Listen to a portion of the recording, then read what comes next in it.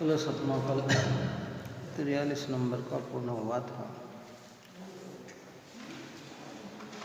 आचार्य भगवंत ने ये बात कही थी कि जब ऐसा लक्षण से जीव प्रकट है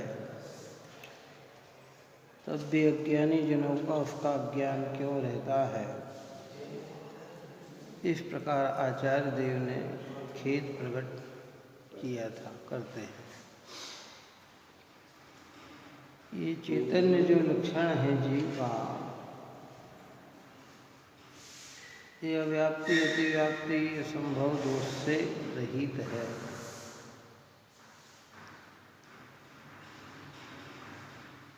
ज्ञानमय आत्मा है, इतना सहज और सरल है, फिर भी अज्ञानी जीवों को क्यों अज्ञान रहता है आत्मा के विषय में। इसके लिए आचार्य को खेद होता है, उसकी चर्चा उन्होंने की थी। अब यहाँ आगे ये कहते हैं कि पुनः मोह प्रतिषेध करते हुए कहते हैं कि यदि मोह नाचता है तो नाचो, तथापि ऐसा ही है। 44 नंबर का कलश है ना।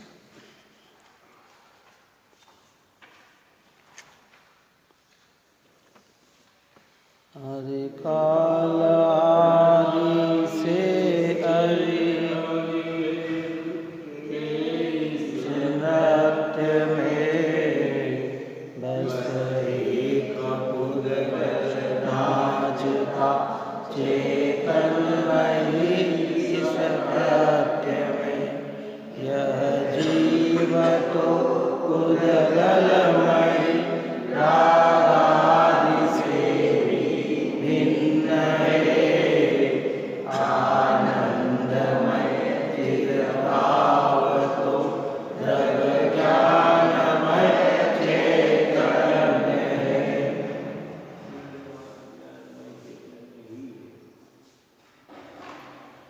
अरे काल आदि से अविवेक से इस नृत्य में, अनादिकाल से अविवेक के द्वारा ये जीव संसार रूपी नृत्य में बस एक पुद्गल नाचता चेतन नहीं इसका। ये वर्णादिक से रागादिक पर्यंत जितने भाव हैं, इन सब भावों में एक पुद्गल ही नाचता है। कौन नाचता है? ये जितना नृत्य दिख रहा है ये सब पौद्गलिक है। चेतन आत्मा तो अपने ज्ञान को लेकर इनसे भिन्न है। ये जीव तो पुद्गलमयी रागादिक से भी भिन्न है। ज्ञानियों की अनुभवता से अगर हम देखें, जिन्होंने अपने चैतन्य को चैतन्य मात्र अनुभव किया है, ऐसे धर्मात्मा जीवों की दृष्टि से देखें तो कहते हैं कि जीव तो पुद्गलमयी रागादिक से भी भिन्न है। ये जितने भी राग देश पुण्य पाप शुभ अशुभ अच्छे बुरे मन तीव्र परिणाम दिखते हैं, चेतन आत्मा तो इससे भिन्न है। यद्यपि हमारा ज्ञान अभी इतना सूक्ष्म और तीक्ष्ण नहीं हुआ, इसलिए हमें ऐसा भासता है कि ये वर्णादिक और रागादिक ही में हूँ। कौन? ये शरीर, ये इंद्रिया, मन, ये वाणी, ये बाह्य पदार्थ, ये कर्म, ये नौकर्म, ये वर्ग और ये वर्गणा, ये स्पर्धक है, ये तृतीय, ये स्थिति अनुभाग प्रकृति प्रदेश आदि, शरीर संस्थान है, सहनन आदि, ये सब हमें मोह राग देश, ये सब हमें अपनेपन से भाषित हो रहे हैं। और भगवंत कह रहे हैं कि इनमें कौन परिणम रहा है? पुद्गल प्रेरणा मिलता है। क्या कह रहे देखो, ये जीव तो पुद्गलमयी रागादिक से भी भिन्न है, आनंदमय चिद्राव तो दृग ज्ञानमयी चेतन है। आत्मा तो कैसा है कि आनंदमय, आत्मा का मौलिक स्वरूप तो ये है, निराकुल रहना इसका स्वभाव है, आनंद रूप इसका स्वभाव है, ज्ञान दर्शन चैतन्य में इसका स्वभाव है, और ये तो दृग ज्ञान चैतन्य में ही है। परंतु हमारा मोह ऐसा नाचता है कि हमें ऐसा आनंदमय ज्ञान दर्शनमय आत्मा अनुभव में नहीं आता, हमें तो वर्णाधिक और रागाधिकमय ही अनुभव आता है। अगर हम ग्रहित मिथ्यात्वी हैं, तीव्र मिथ्यात्वी हैं, तो हमें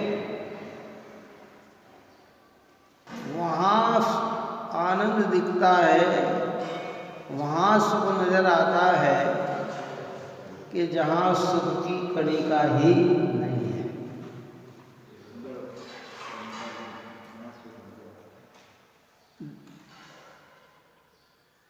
जहाँ सुख का कारण हम कपोल कल्पनाएं देवी देवताओं में, भगवंतों में ढूंढते हैं, गुरुवंतों में ढूंढते हैं,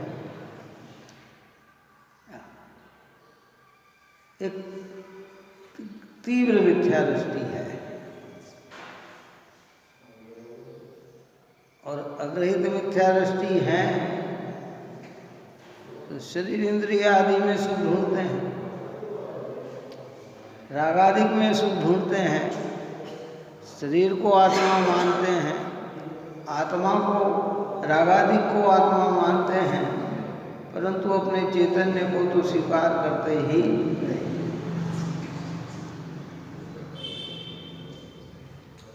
देखिए क्या कहते हैं, इस अनादिकालीन महा अविवेक के नाटक में अर्थात नाच में, नाटक कहो, नाच कहो, नृत्य कहो, क्या कहो, है ना, काय का नाटक चल रहा है संसार में, अविवेक का। कब से चल रहा है? अनादिकाल से। कि अनादिकाल से अविवेक के नाटक में अथवा नाच में वर्णादिक मान पुद्गल ही नाचता है, अन्य कोई नहीं।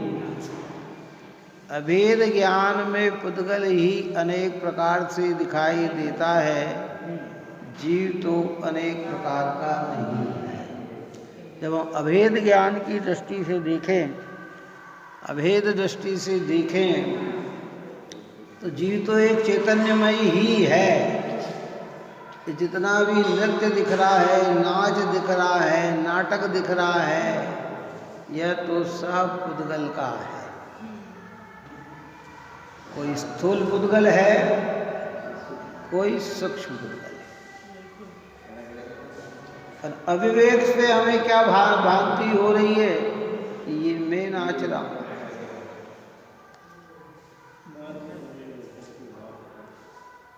ज्ञानियों के अनुभव से देखें, इससे भगवंतों के अनुभव से देखें, निर्ग्रंथों के अनुभव से देखें, तो कहते ये तो इसमें सब में कौन नाच रहा है कि पुद्गल नाच रहा है? जीव तो इसमें चैतन्य स्वभाव ही एक है। ये अभेद की बात चल रही है। भेद को यहाँ गौण किया गया है। जिसको गौण किया जाता है वह अभूतार्थ हो जाता है। क्या हो जाता है? व्यवहार को यहाँ गौण कर दिया, तो कह दिया कि जिसका विषय विद्यमान नहीं है वो अभी अभूतार्थ है। भेद दृष्टि से देखेंगे तो सब दिखेगा, वर्णाधिक रागाधिक सब दिखेंगे, लेकिन क्या ये ओरिजिनल मेरा स्वरूप है? क्या इन भावों में मेरा चैतन्य का अंश है? क्योंकि चैतन्य का देखो, जैसे सूर्य है ना, तो सूर्य की कोई भी किरण निकले उसमें प्रकाश ही होगा। क्या सूर्य की कोई किरण में अंधकार है? क्यों बेटा, है क्या अंधकार? क्या अंधकार नहीं है। सूर्य की प्रत्येक किरण प्रकाशित है। ऐसे चैतन्य की, आत्मा की प्रत्येक किरणों में चैतन्यता प्रकाशित है, ज्ञान प्रकाशित है। तो ये जितनी भी वर्णाधिक रागाधिक है, इनमें पुद्गल ही परिणमता है, जीव परिणमता नहीं है। निश्चय की अपेक्षा से बात चल रही है अभी, भेद ज्ञान करा के, क्योंकि यहाँ अपना जीवाजीव अधिकार पूर्ण हुआ। कौन सा? तो दो द्रव्य के बीच में जो हमारा एकत्व और स्वामित्व संबंध है, कौन सा? वो एकत्व और स्वामित्व संबंध का निषेध हो रहा है कि जीव तो एक शुद्ध चैतन्य मात्र ही है, और वो चैतन्य में ही हम करने योग्य है, चैतन्य के ही हम स्वामी हैं। इस बात को भगवंत बतलाते हैं कि कोई सूर्य की एक किरण भी अंधकार से युक्त नहीं है। ऐसे आत्मा का एक परिणाम भी जड़ से परिणमित नहीं है। वो तो काय से परिणमित है? चेतन। अब उसमें दिख रहा है, क्या दिख रहा है? जो चीज उसमें दिख रही है, उसमें आचार्य कहते हैं कि उसमें पुद्गल परिणम रहा है। जीव तो उस परिणाम का भी जानने वाला है। व्यवहार से कहेंगे तो अशुद्ध निश्चय नहीं से कहेंगे तो जीव रागाधिक रूप परिणमा,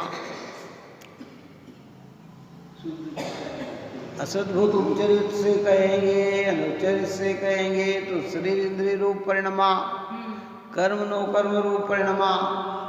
लेकिन मौलिक जब बात करेंगे तो मौलिकता में तो किस रूप परिणमा?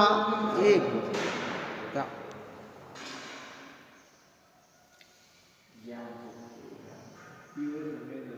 हम विचार करें, परसों अपन ने कही था, कल कहा था, परसों कहा था कि जिस प्रकार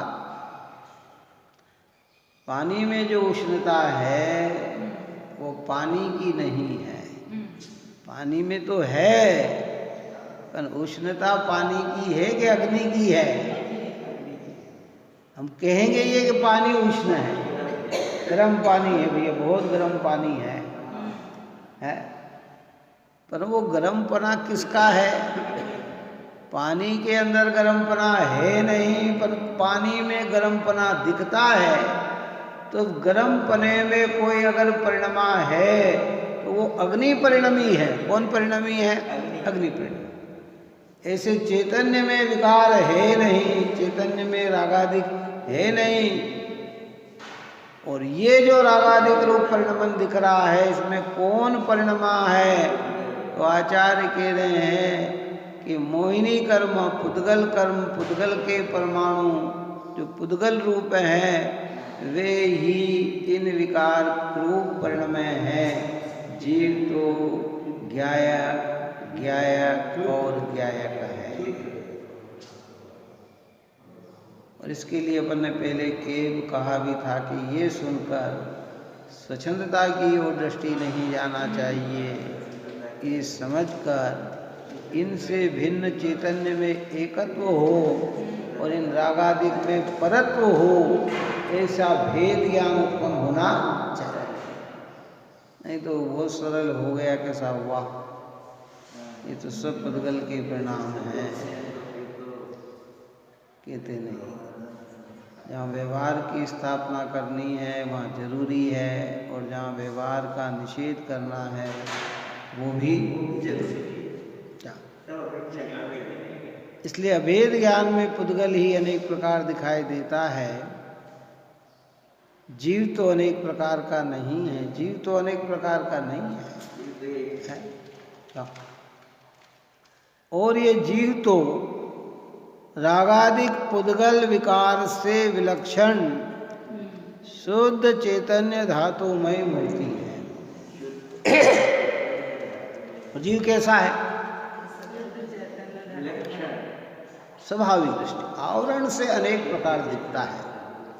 इस सूर्य की जो रोशनी निकल रही है, जगमगाट आ रही है, ये प्रकाश रूप ही है। लेकिन इस सूर्य की रोशनी के आगे हम जिस तरह का कांच लगा देते हैं तो वो रोशनी भी उस तरीके की दिखाई देने लगती है। क्या तो रोशनी वैसी है कि रोशनी रोशनी है। लाइट जलती है, लाइट के ऊपर हरा ताव लगा दो तो हरा हरा दिखता है, लाल दिखा दो तो लाल होता है। क्यों? जैसा जैसा आजकल तो अनेक प्रकार की लाइट डेकोरेशन चल गया, जैसा लगाओ वैसा पूरा हाल दिखने लग जाता है, वैसा ही है। तो वो उसका स्वभाव है कि विकृति है, ये तो विकृति है। ओरिजिनल प्रकाश तो सफेद स्वच्छ होता है। क्या? रागादिक पुद्गल के विकार से विलक्षण शुद्ध चैतन्य धातुमय मूर्ति है। हाँ, विलक्षण यानी जीव और रागादिक में लक्षण की एक रूपता नहीं है। जीव का लक्षण अलग है, रागादिक का लक्षण अलग है ना। इस प्रकार विलक्षण है।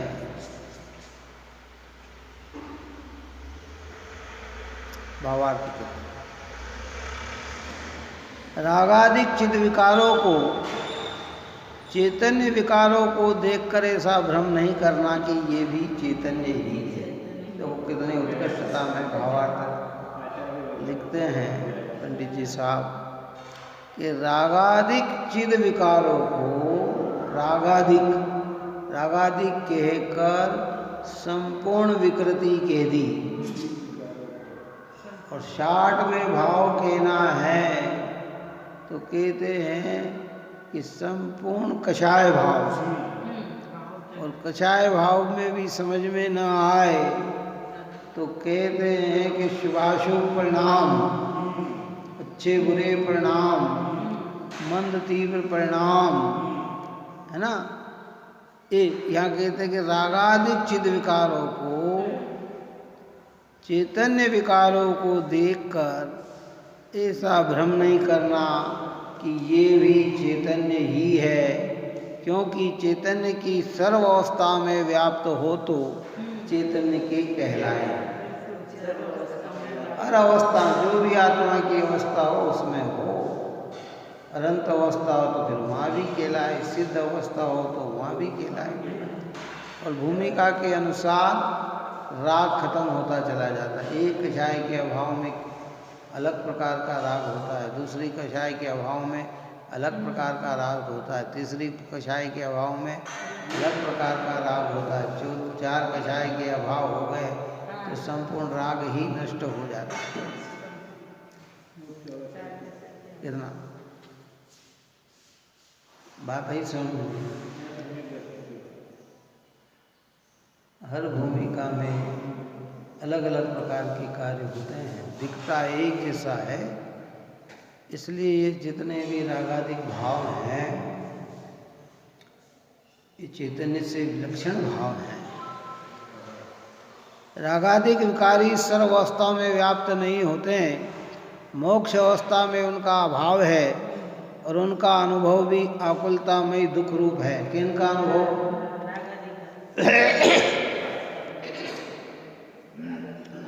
है ना। पूजा में कहते हैं राग आदि विकार किए जितने आकुलता उनका फल पाया। जितने भी रागादिक भाव में हैं, रागादिक विभाव किए जितने आकुलता उनका फल पाया। होकर निराश सब जग भर से अब सिद्ध शरण में आया। हे भगवंत, अब मैं आपकी शरण में आ गया हूँ। पूर्ण पवित्र शुद्ध चैतन्य आत्मा की शरण में आ गया हूँ। जितने भी रागादि विकार किए हैं, हुए हैं, वे सब उनका फल आकुलता ही है, दुख ही है।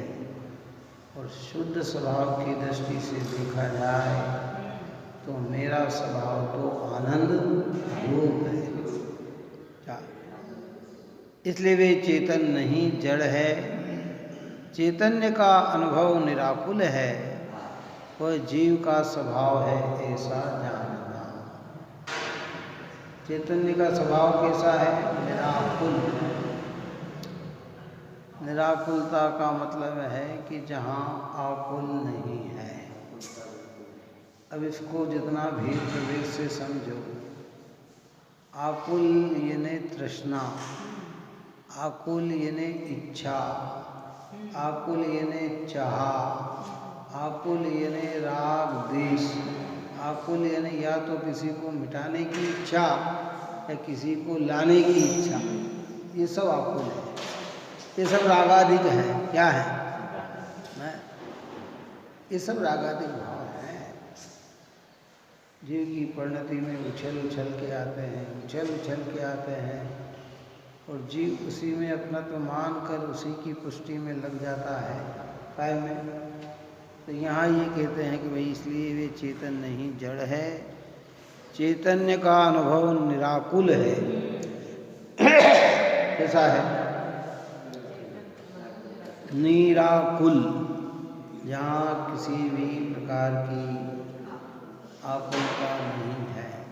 दूसरी दृष्टि से कहें कि जहाँ किसी भी प्रकार की इच्छा नहीं है।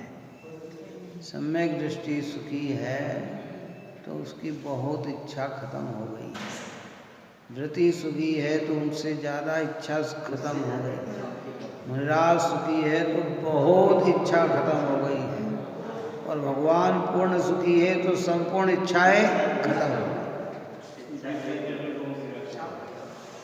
जिसकी जितनी ज़्यादा इच्छा उतना ज़्यादा उसको दुख। जितनी इच्छा, चाहे इस भव की हो चाहे पर भव की, वो दुखी है। इच्छा नाम ही दुख का है। अब इच्छा जैसी जैसी इच्छा है, मंद कषाय में इच्छा होती है तो दुख की कमी होती है। तीव्र कषाय में अगर हमें भगवंतों की निकट रहने की भावना आती है तो दुख की कमी होती है। और विषय भोग और संयोग मिलाने की इच्छा होती है तो दुख की अधिकता होती है। लेकिन जहाँ इच्छा ही ना हो, वहाँ कैसा अनुभव होगा?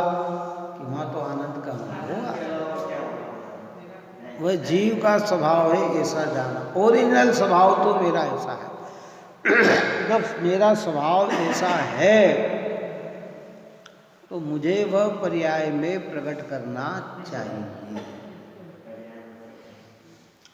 और जब वह पर्याय में प्रकट होता है तो सारे चिद विकार धीरे धीरे नष्ट होने लग जाते हैं।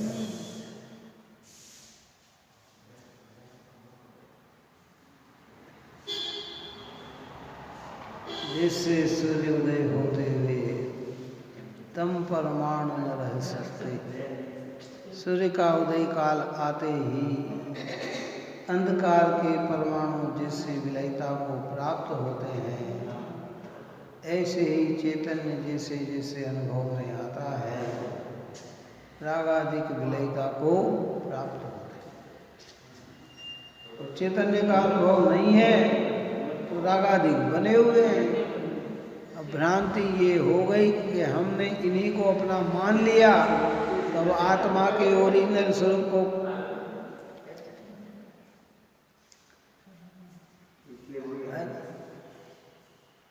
नकली सुख में असली सुख की कल्पना कर ली, तब असली सुख को कौन खोजे? कांच में मोती की पहचान कर ली तो मोती को कौन खोजे?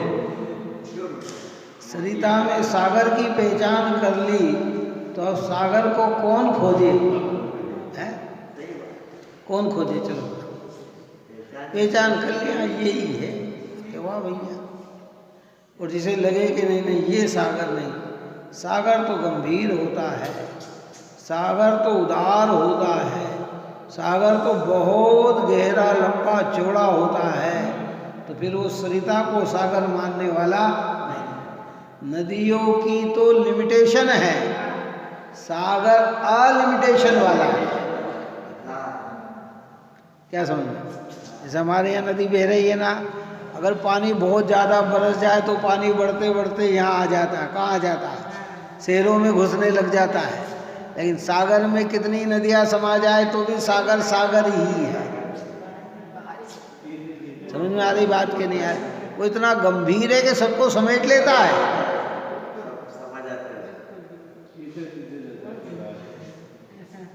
उसकी कोई और छोड़ता नहीं है।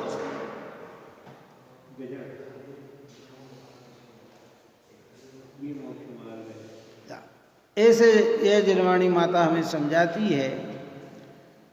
अंतिम कलश अपना कहते हैं कि अब भेद ज्ञान की प्रवृत्ति के द्वारा ये ज्ञाता द्रव्य स्वयं प्रकट होता है। इस प्रकार कलश में महिमा प्रकट करके अधिकार पूर्ण करते हैं। क्या कहते हैं आचार्य अमृतचंद्र देव कि भेद ज्ञान की प्रवृत्ति के द्वारा, तो पूरा जोर काय पे आना चाहिए? भेद ज्ञान पे आना चाहिए। भेद ज्ञान की प्रवृत्ति के द्वारा ज्ञाता द्रव्य स्वयं प्रकट होता है, चैतन्य स्वयं प्रकट होता है। इस प्रकार कलश में महिमा प्रकट करके अधिकार पूर्ण करते हैं। अमृतचंद्र आचार्य भगवंत की ये विशेषता रही है। इस समय सार ग्रंथ में, ग्रंथ के प्रारंभ में कलश की रचना की और ग्रंथ के अंत में कलश की रचना की। मतलब कहाँ क्या विषय है ये समझाया और इसका सार क्या है ये विषय समझाया। क्या है? ऐसा ये 45 नंबर का कलश अपना।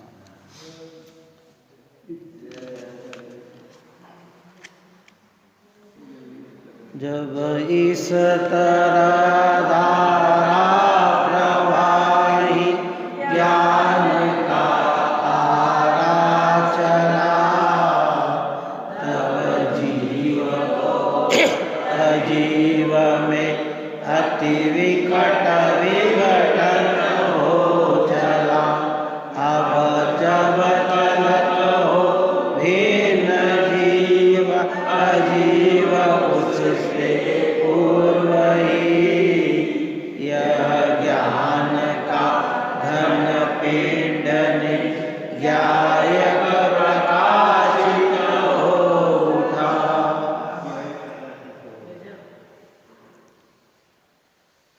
जब इस तरह धारा प्रभावी ज्ञान का आरा चला। आरा मतलब ये कि दो वस्तु को भिन्न भिन्न करे,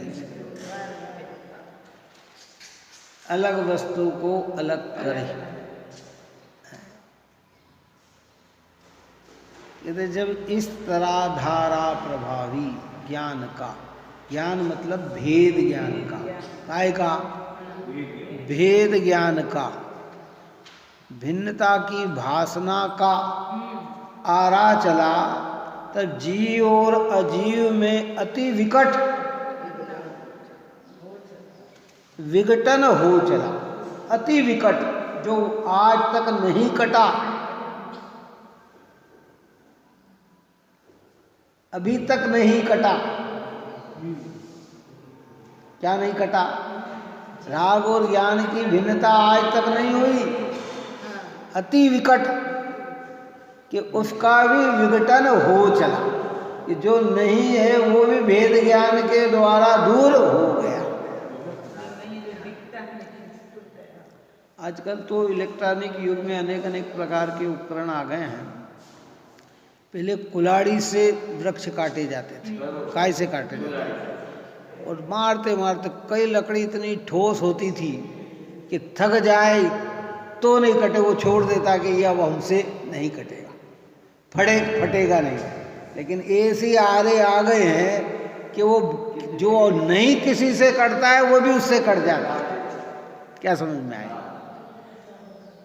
ऐसे कहते वेद ज्ञान की तिच्छता का आरा जब चलता है तो जो आज तक जिसको हम भिन्न नहीं समझ पा रहे थे वह जिनवाणी माता के माध्यम से भेद ज्ञान के द्वारा उसे भी विकटन हो चला कि ये मैं नहीं, मैं तो चैतन्य स्वभावी हूँ।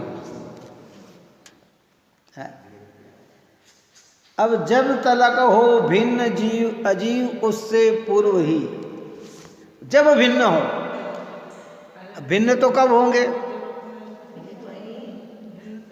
भिन्न तो हैं ही, पर होंगे कब? सिद्ध होंगे तब ये सब भिन्न होंगे, पर सिद्ध न बने उसके पूर्व में ही यह ज्ञान का घन पिंड निज ज्ञायक प्रकाशिक हो।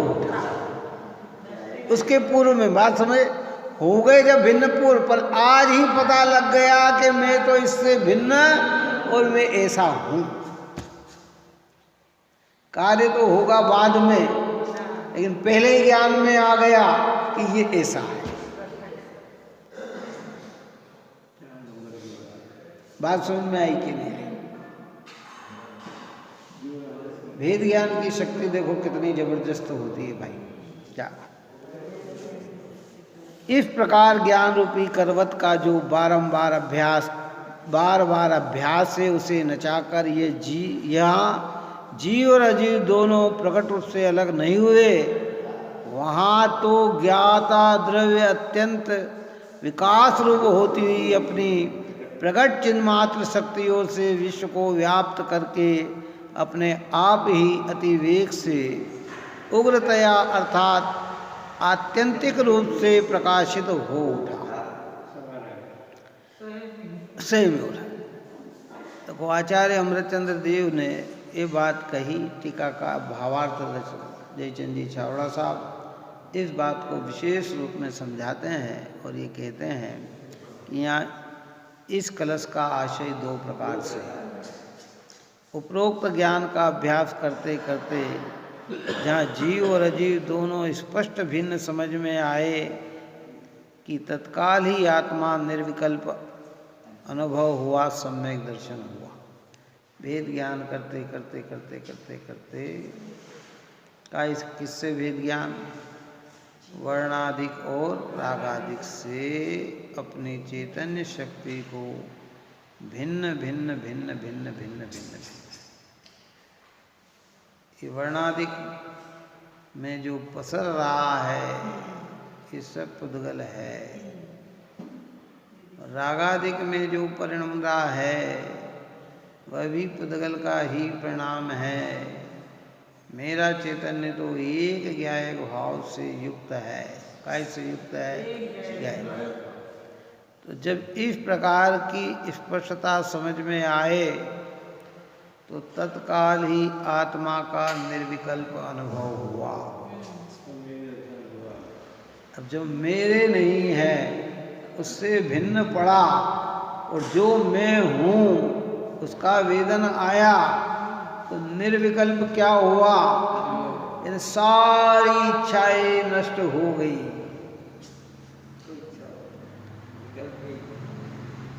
एक ज्ञान के आगे, ज्ञान रस के आगे कोई नजर नहीं आया है। सम्यक दृष्टि आत्मा श्रुत ज्ञान से विश्व के समस्त भावों को संक्षेप से अथवा विस्तार से जानता है और निश्चय से विश्व को प्रत्यक्ष जानने का उसका स्वभाव है। इसलिए यहाँ कहा कि वह विश्व को जानता है। एक आशय तो इस प्रकार है। एक आशय किस प्रकार है कि जो सम्यक दृष्टि आत्मा है वो श्रुत ज्ञान से विश्व के समस्त भावों को संक्षेप से अर्थात विस्तार से जानता है। सम्यक दृष्टि आत्मा ने क्या जाना? विश्व के संक्षेप से जाना तो इस विश्व में 6 द्रव्य हैं।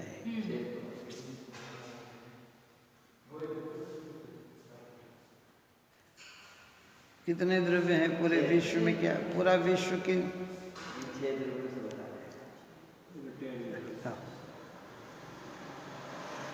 युगल जी की मैं कहा था ना अपन, 6 द्रव्यों का चक्र सुदर्शन ये तो चलता रहता है। 6 द्रव्यों का चक्र सुदर्शन जग में चलता रहता है। यह बेरोक निरंतर अपने सुंदर पद पर बढ़ता है। किसकी हस्ती उसकी गति को रोके जो निज बल से, कौन अभागा सीवधन में बढ़कर अपनी अंगुली दे। यह अखंड सिद्धांत बात यह सज प्रकृति विज्ञान की, आओ भाई तुम्हें सुनाए गाथा आत्म राम की। 6 द्रव्यों का चक्र सुदर्शन जग में चलता रहे। पूरे विश्व में क्या है कि 6 द्रव्य संक्षेप में, और विस्तार से इन 6 द्रव्य के कार्य को जानना। किनको जानना? अब सम्यक दृष्टि की भगवान 6 द्रव्य को प्रत्यक्ष देख रहे हैं। सम्यक दृष्टि श्रुत ज्ञान से हम परोक्ष में स्वीकार कर रहा है कि 6 द्रव्य से 7 नहीं होते, 5 नहीं होते, 6 द्रव्य होते हैं, और सब अपना अपना कार्य कर रहे हैं। सब अपने अपने में रह रहे हैं। 6 द्रव्यों का चक्र सुदर्शन जग में चलता रहता है। यह बेरोक निरंतर अपने सुंदर पथ पर बहता है। कौन रोकता है इसको? और ये अपने सुंदर पथ पर बह रहा है। किसकी हस्ती उसकी गति को रोके जो निज बल से। बताओ किसकी हस्ती है कि 6 द्रव्य के परिणमन को कोई रोक दे? हमारे भगवान ने तो जाना, इसलिए वे तो कर्तापन रखते ही नहीं है। जो सर्वज्ञ वितराग नहीं, वे अहंकार करते हैं कि मेरे बिना एक पत्ता नहीं हिलता, मैं चाहूं तो ही दुनिया में परिवर्तन होता है। हमारे परमात्मा ने तो इसको कह दिया कि 6 द्रव्यों की परिणमन अनादि से स्वतंत्र है और चल रहा है।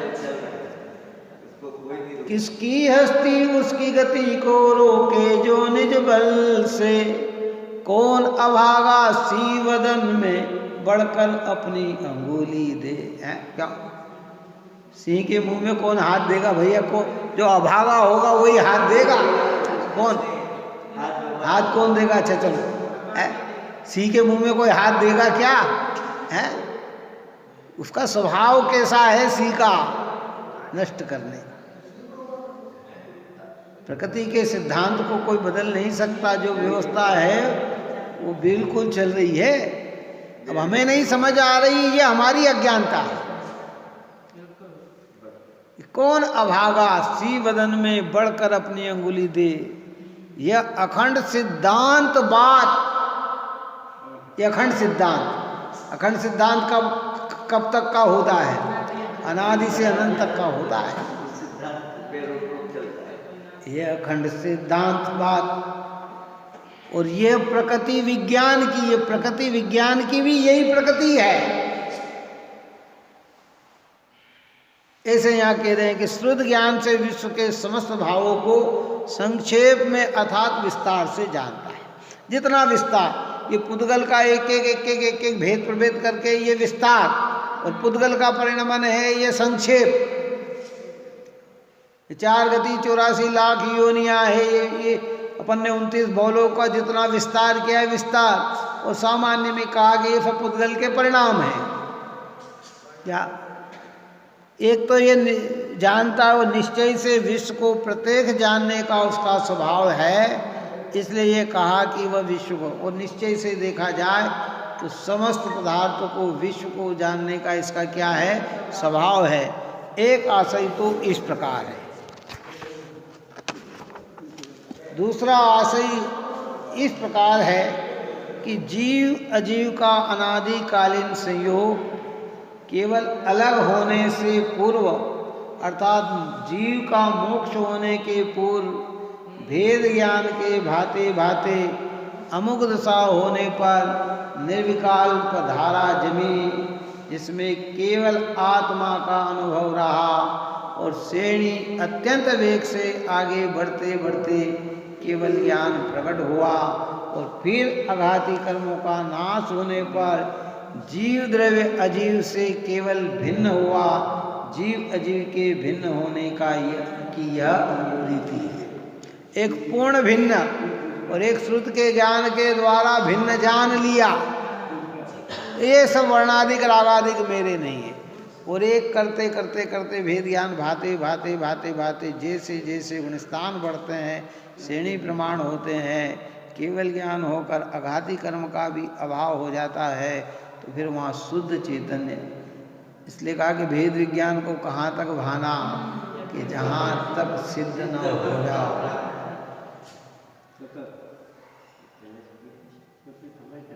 भेद ज्ञान चलता है क्या नहीं। अब सम्यक दृष्टि को भेद ज्ञान हो गया, सम्यक दर्शन प्राप्त हो गया, तो क्या भेद ज्ञान बंद थोड़ी होता है, फिर और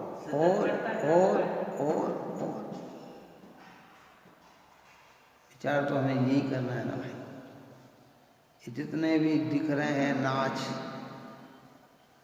इसमें पुद्गल नाचता है, अभेद दृष्टि से देखें तो जीव तो एक चैतन्य मात्र है, पर ये चैतन्य मात्र की भेदता हमारे अनुभव में नहीं आई, एक ज्ञान नहीं हुआ, इसलिए पुद्गल के नाच में अपनापन जोड़ लिया, काय के नाच में जोड़ लिया, रागादिक में अपनापन जोड़ लिया, संयोग में अपनापन जोड़ लिया, और जैसी परिणति दिखती है वैसा ही मान लिया।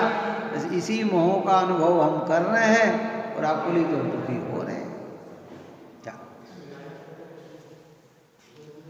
टीका कहते हैं इस प्रकार जीव और अजीव अलग अलग होकर रंग भूमि से बाहर निकल गए। ये रंग भूमि पे प्रवेश किया था, नाटक मंच पे प्रवेश किया था, जीव और अजीव ने एक स्वांग धारण करके प्रवेश किया था। अब ज्ञानियों ने भेद ज्ञान के द्वारा जान लिया, तो दोनों अपने अपने अलग अलग। अब बोलो ज्ञानियों की किस समय श्रद्धा वर्णादिक और रागादिक में आत्मपने की होती है?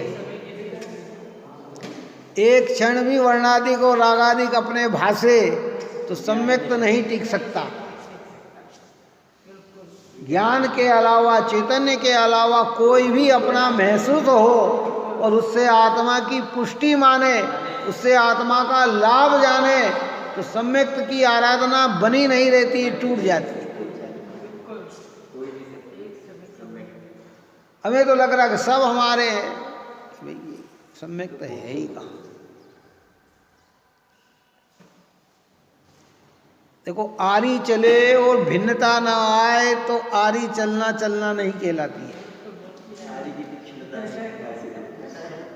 बात समझ कैसा? हमने भेद ज्ञान किया लेकिन कुछ समझ में नहीं आया, तो वो भेद ज्ञान नहीं है। कैसा उसका रिजल्ट तो दिखना चाहिए ना सामने, और नहीं है फिर शुरुआत करें, फिर प्रयत्न करें, बार बार भेद ज्ञान करें, आगम का अभ्यास करें। सर्वज्ञ ने जैसी वस्तु व्यवस्था देखी है, बताई है, उस पे अपनी दृढ़ता लाएं। पहले तो विकल्पात्मक दृढ़ता आती है, फिर प्रयत्न। मोक्ष की प्राप्ति न हो उसके पूर्व में मोक्ष का स्वरूप ज्ञानियों के ज्ञान में आ जाता है। क्यों? आजकल होता है ना, मकान बनाते हैं तो पहले नक्शे, क्यों? अभी बहुत बड़ी संसद बन रही है ना दिल्ली के अंदर, वो संसद बन के तैयार तो अभी 1 साल और लगेगा कितना, लेकिन वो कहाँ किसका कमरा होगा, कहाँ कौन बैठेगा, कहाँ से एंट्री होगी, कहाँ से ये होगा, कितना उसका विस्तार होगा, कितना उसमें डेकोरेशन होगा, कहाँ लाइट लगेगी, ये सब पहले से ज्ञान हो गया। जब पूर्ण होगी तब होगी। यहाँ कहते भेद ज्ञान में श्रुत ज्ञान के द्वारा ये जीव और अजीव भिन्न होंगे तब होंगे।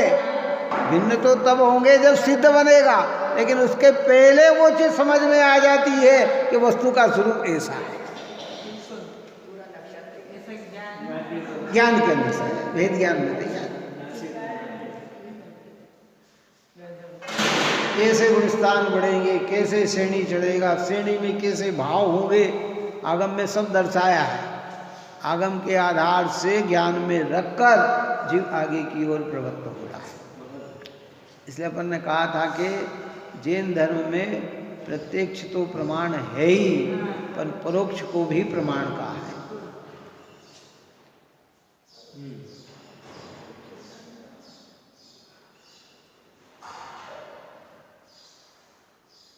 सर्वज्ञ के ज्ञान में 6 द्रव्य दिख रहे हैं, तो सम्यक दृष्टि के ज्ञान में कितने द्रव्य आएंगे? क्यों है? सर्वज्ञ के ज्ञान में दिख रहा है कि एक द्रव्य दूसरे द्रव्य का कर्ता नहीं है, तो सम्यक दृष्टि के ज्ञान में कैसा आएगा? क्यों? वैसी प्रतीति आएगी ना। और प्रतीति दूसरी आ रही, भगवान कह रहे हैं कि कर्ता नहीं और हमें कर्ता लग रहा है, तो फिर सम्यक टिकेगा कि मिटेगा? सम्यक तो है ही नहीं। भगवान कह रहे शरीर आत्मा भिन्न है और हमें एक लग रही है, तो फिर हमारे अंदर सम्यक दर्शन है ही नहीं। तो वस्तु व्यवस्था ऐसी सौंदर्य है क्या कि रंग भूमि से बाहर निकल गए। अपन ने इसको पहले कहा था, दृष्टांत देके समझाया था कि पहले नाटक मंच पे नृत्य होते थे, उसके अंदर फैंसी ड्रेस होती थी, अलग अलग रूप बना के आते थे। जब तक उन्हें कोई पहचाने नहीं वे मंच पे खड़े रहते थे। क्या रहते थे? और जब उनको पहचान लिया जाता तो वो अपने ओरिजिनल स्वरूप में आ जाते। कैसे आ जाते? ऐसे ये नाटक मंच पे नृत्य चल रहे हैं, जब तक पहचाने नहीं तब तक एक भासते हैं, और जैसे ही पहचान लिया कि ये अलग अलग होकर अपने ओरिजिनल रूप में आ जाते हैं। कि वो भाव हो गए, ये देखे अब हमारा अधिकार नहीं है।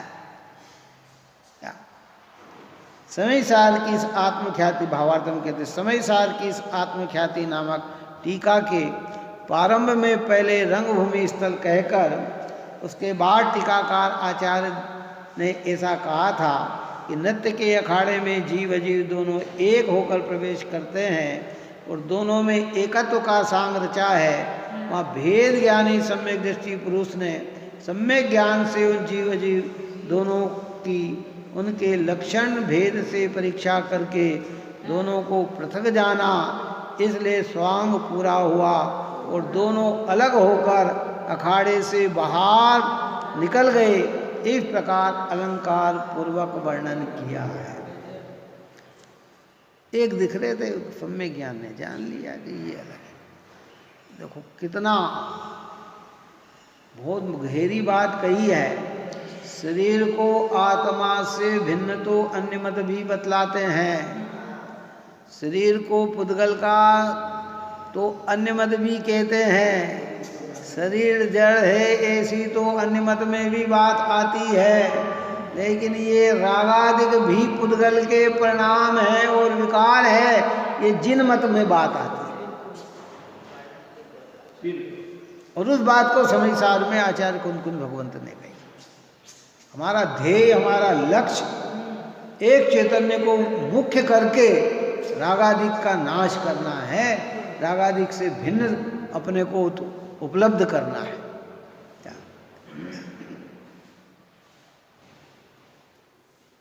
आ रही बात समझ में आई? क्योंकि अब यहाँ जीव अधिकार अपना पूर्ण होकर कर्ता कर्म की अधिकार की पारमता आगे होगी। जीव और अजीव में एक पना है, जीव अजीव में स्वस्वामी संबंध है। ऐसी मान्यता को मिटाने वाला ये जीव और अजीव है। और जीव अजीव का कर्ता है और जीव अजीव का भोक्ता है। ऐसे कर्ता और भोक्ता की मान्यता मिटाने के लिए ये कर्ता कर्म अधिकार की पारंपरा है। इसलिए कर्ता कर्म तत्व न होने पर भी वो इसी की प्रक्रिया है। किसकी प्रक्रिया है? जीव अजीव की जो एकता बुद्धि और स्वामित्वपने को जो मिटाया है ना, तो कहते कि ये मैं इसका कर्ता तो मैं तो नहीं हूँ और मैं इसका स्वामी भी नहीं हूँ, पर ये जितनी भी अजीव की क्रिया हो रही है मैं ही तो कर रहा हूँ, मैं ही तो बोल रहा हूँ, मैं ही तो राग कर रहा हूँ, है। तो कि उस मान्यता को मिटाने वाला ये कर्ता कर्म अधिकार है।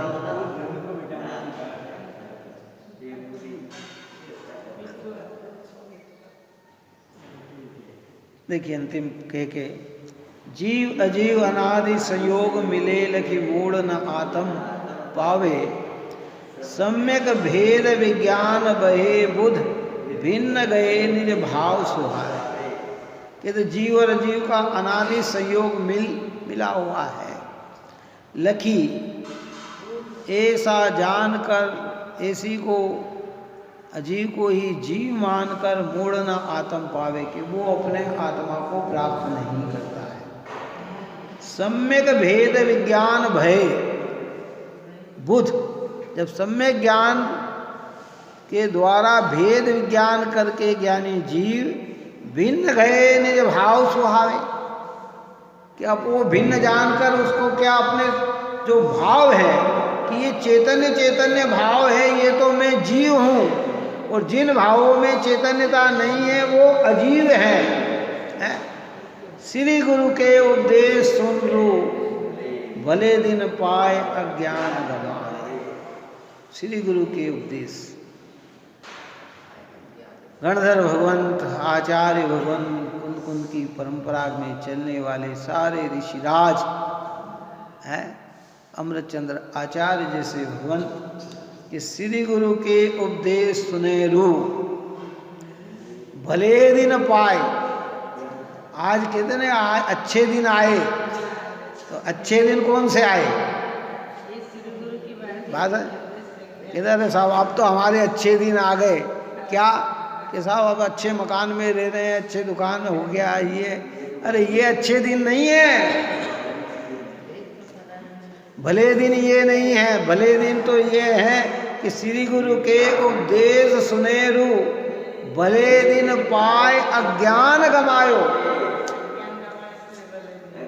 बोलो कौन से अच्छे दिन हमारे? शरीर में रोग आ जाए तो बुरे दिन नहीं आते, और शरीर स्वस्थ हो जाए तो अच्छे दिन नहीं आते। जिन वचन सुनने को मिल जाए, पढ़ने को मिल जाए, गुरु की निकटता मिल जाए तो अच्छे दिन आ गए, क्योंकि वो हमारे अज्ञान, उनकी निकटता से अज्ञान नष्ट होता है।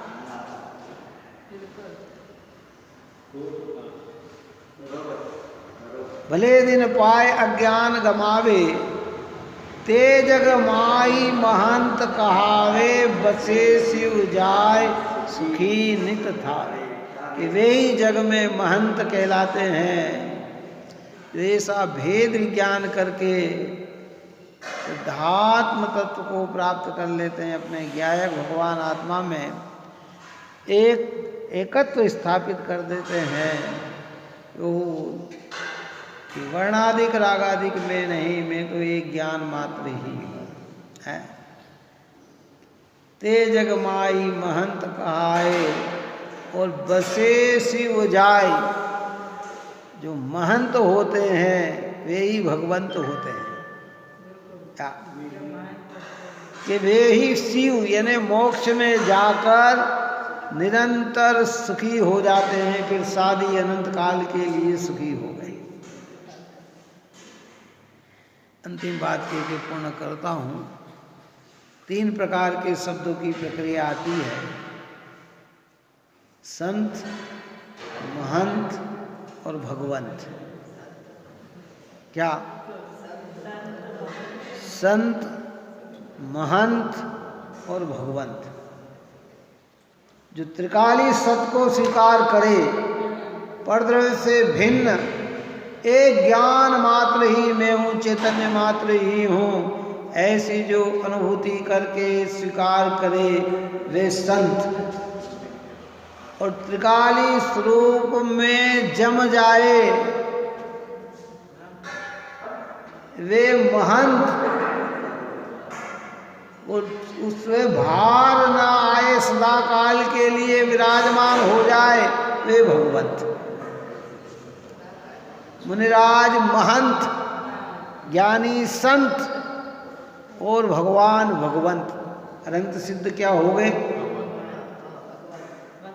ज्ञानी को अपने त्रिकाली सत की महिमा आ गई और मुनिराज उसमें जमने लग गए और धीरे धीरे पूरी तरह से जम गए, तो वे मुनिराज क्या बन जाएंगे? भगवंत बन जाएंगे। क्या हो गए कि भगवंत हो? बहुत पहले की सन्मति संदेश में आई थी ये परिभाषा, बहुत पुराने होंगे 76 77 के इसके अंदर सन्मति संदेश में। इस प्रकार श्री समय सार की श्रीमद् भगवंत कुंद कुंदाचार्य देव प्रणीत श्री समय सार परमागम की श्रीमद् अमृतचंद्र आचार्य देव विरचित आत्मख्याति नामक टीका में जीव अजीव का परूपक पहला अंक समाप्त हुआ। अब इसके बाद यहाँ अपना कर्ता कर्म अधिकार प्रारंभ होगा कल से, क्योंकि ये भी एक बड़ा आनंद का अवसर है कि जो विस्मृतियाँ हमें 2 साल पूर्व की पंच कल्याणक की हुई है वो पुनः स्मृति में आ जाए, क्यों है ना? साक्षात जो चीज का हमने देखा अनुभव किया वो फिर परिणति में उस प्रकार का भाव आए, उसके लिए ये अपना संक्षेप में क्या करें, कोरोना काल की व्यवस्था में सामान्यता से अपन जो भी कर पा रहे हैं, तो कल समय का सब अपना ध्यान रखें, है ना? वो पता ही है 8 बजे से अपना अभिषेक के बाद पूजन और स्वाध्याय, फिर शाम की सामायिक भक्ति और स्वाध्याय, है ना? आप और हम सभी इस पवित्र कार्य में लगे और अपने परिणाम को निर्मल बनाए। यही मंगल। सहजानंदी शुद्धरूपी अविनाशी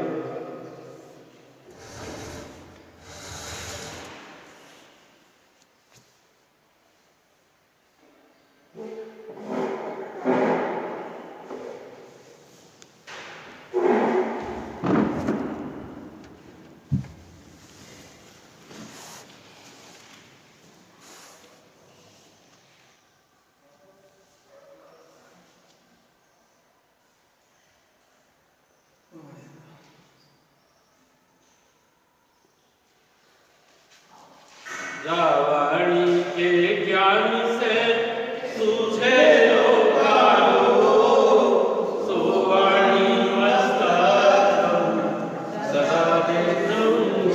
बोलो जिनवाणी माता की जय।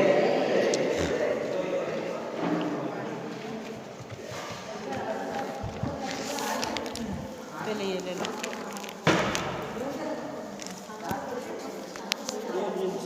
ये भी दे दो।